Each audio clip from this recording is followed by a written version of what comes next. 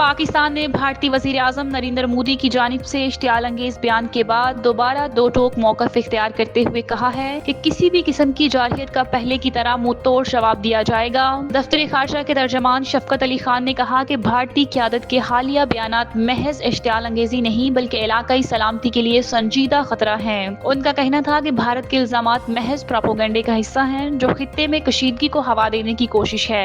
बयान में मजीद कहा गया कि पाकिस्तान अमन को तरजीह देता है लेकिन दिफा उसका आईनी और बैनुल अक़वामी हक है। तर्जमान ने वाज़ेह किया कि अगर सरहद पार किसी भी किस्म की जारहियत हुई तो पाकिस्तान पूरी कुव्वत से रद्द अमल देगा। तर्जमान ने आलमी बरादरी से अपील की है कि वो नई दिल्ली की जंगी जुबान और खतरनाक अज़ाइम का नोटिस ले क्योंकि ऐसे बयानात अक़वाम मुत्तहिदा के मंशूर और बैनुल अक़वामी ज़वाबित की सरीहन खिलाफ वर्जी है। नरेंद्र मोदी ने राजस्थान में अपने एक इंतखाबी जलसे के दौरान माजी की तरह पाकिस्तान पर झूठे इल्जामात आयद करते हुए कहा था कि पाकिस्तान को दहशतगर्द हमलों की कीमत चुकाना पड़ेगी और भारत अपने दरियाओं का पानी पाकिस्तान को नहीं देगा। इन बयानात के बाद दोनों ममालिक के दरमियान ताल्लुकात मजीद कशीदा हो गए। भारत ने सेंटास मुआहिदा मुअत्तल करने के साथ साथ पाकिस्तानी सफारती अमले पर पाबंदियां आयद की और पाकिस्तानी शहरियों के वीजे मनसूख करते हुए इन्हें मुल्क छोड़ने का हुक्म दिया।